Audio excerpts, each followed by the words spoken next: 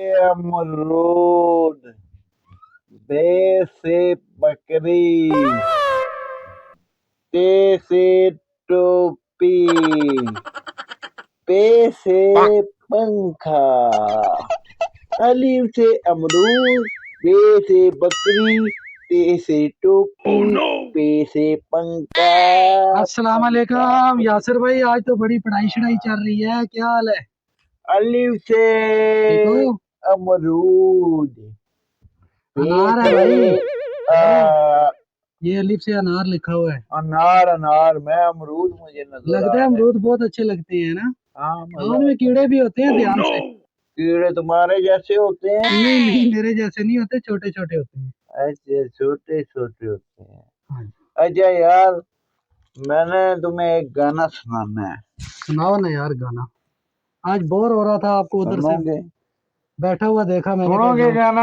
हाँ सुनाओ। ये दोस्ती तेरे दम से है, ये दोस्ती तेरे दम से है, वाह, तू जिंदगी, तू बस बस बस। जिंदगी कसम से है। देखना पीछे दोबारा सारनी फाड़ लेना अपना। अच्छा। इधर इधर, हाँ हाँ, ध्यान से।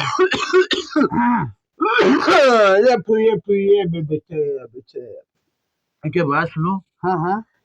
तुम रोज मेरे से सवाल पूछते हो ना, हाँ, वो तो जाहिर है, मैं पूछता हूँ। आज एक सवाल मैं तुझसे पूछता हूँ, पूछो।